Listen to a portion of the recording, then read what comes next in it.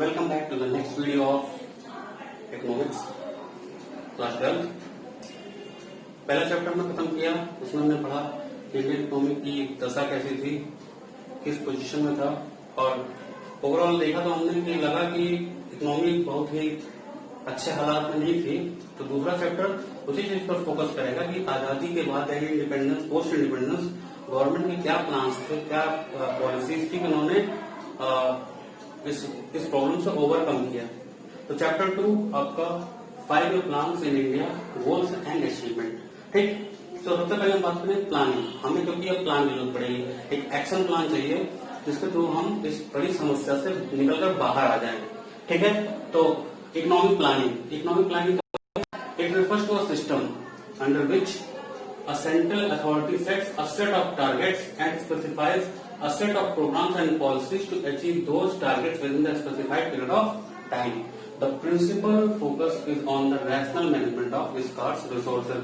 मतलब समझिए कि इकोनॉमिक प्लानिंग क्या है, वो सिस्टम जिसमें गवर्नमेंट ये डिसाइड करती है कि ये हमारे टारगेट होंगे, ये चीजें हमें करनी है, और इस चीज को करने के लिए हम ये पॉलिसी बनाकर इसको अचीव करेंगे एक स्पेसिफाइड पीरियड ऑफ टाइम। जैसे आप क्लास 12 में हैं, आपने टारगेट बनाया कि हमको क्लास 12 में 95% मार्क्स के साथ पास करना है। तो ये तो आपका टारगेट हो गया, लेकिन आप टारगेट बनाने से तो ऐसा है नहीं कि आप टारगेट अचीव कर लेंगे तुरंत। तो आपको उसके लिए पॉलिसी बनानी पड़ेगी कि मैं 2 घंटे इकोनॉमिक्स पढ़ूंगा, 2 घंटे कॉमर्स पढ़ूंगा, 2 घंटे बिजनेस पढ़ूंगा, और ऐसे करके मैं 95% मार्क्स लाऊंगा। तो इकोनॉमिक प्लानिंग क्या है, फिर से देखिए, it refers to a system under which a central authority sets a set of targets and specified a set of programs and policies to achieve those targets within the specified period of time. The principal focus is on the rational management of scarce resources. अब समझो फिर से, ये तो हो गया कि आपने डिसाइड कर लिया कि मुझे ये 95% मार्क्स लाना है और उसके लिए मैं 2 घंटे पढ़ूंगा, कोचिंग करूंगा, क्लास करूंगा, ऐसा करूंगा। लेकिन the principal focus is on the rational management of scarce resources, यानी कि अब इस चैप्टर में ये नहीं कि आप लाखों रुपए खर्च कर देंगे, यानी कि स्कार्स रिसोर्स यानी कि तो आप अगर पैसे को रिसोर्स मान लें तो आपके पास पैसा कम खर्च हो और आप 95% मार्क्स अचीव कर लें, ये आपका फोकस होगा। थोड़ी ना कि आप 2 लाख खर्च करके, 3 लाख खर्च करके, 4 लाख खर्च करके आप 95% मार्क्स लाते हैं। तो सेम चीज क्या है, एक सेंट्रल अथॉरिटी एक प्लान करती है, ठीक है, कि ये चीज करना है, उसको करने के लिए जो पॉलिसी बनाती है उसको हम कितने दिन में पूरा कर लेंगे ये डिसाइड करती है। और उसमें ओवरऑल फोकस इस बात पर होता है कि रिसोर्सेज यानी जो स्कार्स रिसोर्सेज हैं उनको रैशनली मैनेज करके, यानी रैशनली मतलब लॉजिकल मैनेज करके, उनको वेस्ट नहीं करते हुए, उनका यूज अच्छे से यूज करते हुए हम अपने टारगेट्स को अचीव करेंगे। क्लियर। अब इंडिया में प्लान बनाने के लिए प्लानिंग कमीशन बना, कि प्लानिंग कमीशन का जो टारगेट है 5 साल में बांट देना प्लान्स को, ये बेसिकली रशिया से आया, हेड डाउन मॉडल वहां चलता है। उसी के तर्ज पर इंडिया में भी प्लानिंग कमीशन स्टैब्लिश की गई 1950 में। और चेयरमैनशिप कौन था, उसका चेयरमैन पर्सन कौन था उस टाइम, उसके चेयरमैन उस टाइम प्रोफेसर पीसी महालनोबिस थे। उन्हीं के देख रेख में प्लानिंग कमीशन बनाई गई और उसके बाद ये चलता गया।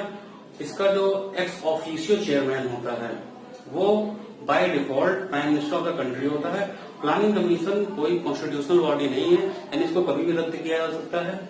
2015 में इसका नाम बदलकर नीति आयोग कर दिया। ये हिंदी का नीति नहीं है, ये इंग्लिश का नीति है, NITI, national institute for transforming India.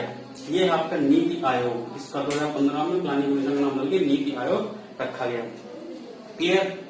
अब आता है types of economy. Types of economy में अगर हम आए तो बेसिकली हमारी 3 तरह की इकोनॉमी होती है। पहला है सोशलिस्टिक इकोनॉमी, दूसरा है कैपिटलिस्टिक इकोनॉमी, और तीसरा है हमारा मिक्स्ड इकोनॉमी। ठीक, सोशलिस्टिक इकोनॉमी क्या है? सोशलिस्टिक इकोनॉमी हमारा ऐसी इकोनॉमी जिसमें सारे सेंट्रल डिसीजंस, ठीक है, सारा डिसीजन, कौन सा decision, what to produce, how to produce and for whom to produce, ये डिसीजन सेंट्रल गवर्नमेंट लेती है। फिर से समझिए, सेंट्रल गवर्नमेंट या सेंट्रली कोई अथॉराइज्ड बॉडी होती है वो ये डिसीजन लेती है। लेकिन अगर हम बात करें कि फॉर एग्जाम्पल देखिए सोशलिस्टिक इकोनॉमी, फिर से तीनों decision what to produce, what to produce, how to produce, and for whom to produce, ये डिसीजन, इन तीनों प्रॉब्लम का सोल्यूशन कोई सेंट्रल अथॉरिटी या सेंट्रल गवर्नमेंट देती है। ऐसी इकोनॉमिक कंडीशन, ऐसी इकोनॉमिक सिस्टम को हम कहते हैं सोशलिस्टिक इकोनॉमी। यानी इसमें प्राइवेट का रोल बिल्कुल ना के बराबर, ज्यादातर रोल पब्लिक सेक्टर का होता है, यानी गवर्नमेंट का ही होता है। और इसमें अगर देखा जाए तो सोशल वेलफेयर पे ज्यादा फोकस होता है, यानी कि प्रॉफिट के लिए नहीं काम होता, सोशल वेलफेयर के लिए काम होता है। वहीं अगर कैपिटलिस्टिक इकोनॉमी की बात की जाए तो कैपिटलिस्टिक इकोनॉमी वो सिस्टम है जिसमें मेन फोकस, उसमें ये तीनों डिसीजन प्राइवेट इंडिविजुअल्स लेते हैं और उसमें मेन फोकस प्राइवेट उस पर होता है, प्रॉफिट मोटिव होती है उनका, और प्राइवेट एंटरप्रेन्योर ज्यादा इंटरफेयर करते हैं। यानी कि रिसोर्सेज का जो मैनेजमेंट होगा इसमें अगर किया जाए तो प्राइवेट इंडिविजुअल्स करेंगे। मोटिव क्या होगा? प्रॉफिट। सोशलिस्टिक इकोनॉमी में रिसोर्सेज का डिस्ट्रीब्यूशन कैसा होगा? वो पब्लिक वेलफेयर के लिए होगा, उसका मोटिव क्या होगा? Public welfare, social welfare. और आते हैं मिक्स्ड। मिक्स्ड नाम से बदल रहा है। मिक्स्ड हमारा एक मिक्स्ड कल्चर है, किसका? सोशलिस्टिक इकोनॉमी का और कैपिटलिस्टिक इकोनॉमी का। मतलब कि जो इस मिक्स्ड इकोनॉमी है इसमें तीनों तरह के फीचर्स पाए जाते हैं, यानी कि ये कैपिटलिस्टिक के भी फीचर्स को फॉलो करता है और मिक्स्ड इकोनॉमी के भी, सॉरी, कैपिटलिस्टिक और सोशलिस्टिक इकोनॉमी दोनों के कल्चर को फॉलो करता है। यानी कि मिक्स्ड इकोनॉमी में अगर बात की जाए तो मिक्स्ड इकोनॉमी वो व्यवस्था है जिसमें पब्लिक का भी इंटरफेयर होता है, पब्लिक सेक्टर का भी इंटरफेयर होता है और प्राइवेट सेक्टर का भी इंटरफेयर होता है। जैसे इंडिया में देखो कुछ प्रोडक्शन गवर्नमेंट भी करती है और कुछ प्रोडक्शन प्राइवेट भी करता है। वहीं हम सोशलिस्टिक इकोनॉमी की बात करें तो जैसे पहले चाइना हुआ करता था तो वहाँ पे मेन प्रोडक्शन का काम, मेन रिसोर्सेज डिस्ट्रीब्यूशन का काम सेंट्रल गवर्नमेंट का होता था।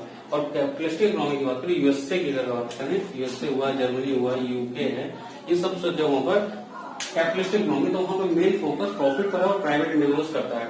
इंडिया हमारा इन दोनों का मिलाकर एक मिक्स्ड इकोनॉमी कल्चर बनाता है जिसमें प्राइवेट और पब्लिक दोनों का रोल होता है। जो प्रॉफिट ओरिएंटेड काम प्राइवेट इंडिविजुअल्स करते हैं और सोशल वेलफेयर के लिए काम गवर्नमेंट या पब्लिक सेक्टर कंपनियां करती हैं। ठीक है, अब आते हैं टाइप्स ऑफ प्लानिंग। तो प्लानिंग दो तरह का होता है, एक होता है आपका डायरेक्टिव प्लानिंग और दूसरा होता है कॉम्प्रिहेंसिव प्लानिंग। नाम से पता चल रहा है डायरेक्टिव प्लानिंग। डायरेक्टिव प्लानिंग उन देशों में किया जाता है जहां पर free play of market forces होता है। Free play of market forces जहां पर पाया जाता है। अगर हम बात करें दो प्लान है, डायरेक्टिव प्लानिंग और कॉम्प्रिहेंसिव प्लानिंग। ठीक, डायरेक्टिव प्लानिंग कहाँ होती है? जहां पर free play of market forces होता है। अब ये नया टर्म आ गया, free play of market forces. Market forces क्या है? Demand and supply. तो यानी कि ऐसी व्यवस्था जहां पर free play of market forces है, यानी कि जहां पर डिमांड और सप्लाई के हिसाब से रिसोर्सेज का डिस्ट्रीब्यूशन किया जा रहा है। मतलब अगर आपसे कहें कि रिसोर्स को आप किस वे में लगाना चाहते हैं तो आप सिंपल कहेंगे जहां सबसे ज्यादा प्रॉफिट हो। ठीक, यही है फ्री प्ले।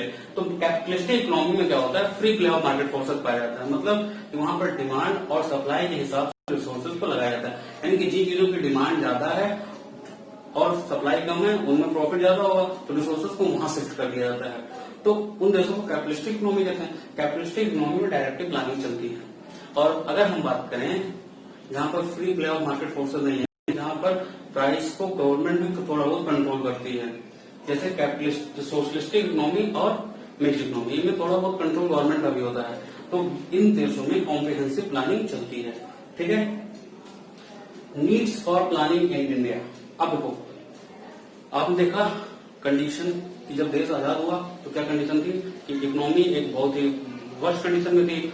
जैसे फॉर एग्जांपल आपने समझा कि पहली बात तो आपका एग्रीकल्चर सेक्टर बिल्कुल बैकवर्ड था, स्टैग्नेंट कंडीशन में था। इंडस्ट्रियल सेक्टर वो भी एकदम, कोई मॉडर्न इंडस्ट्री नहीं थी, कोई कैपिटल गुड्स इंडस्ट्री नहीं थी।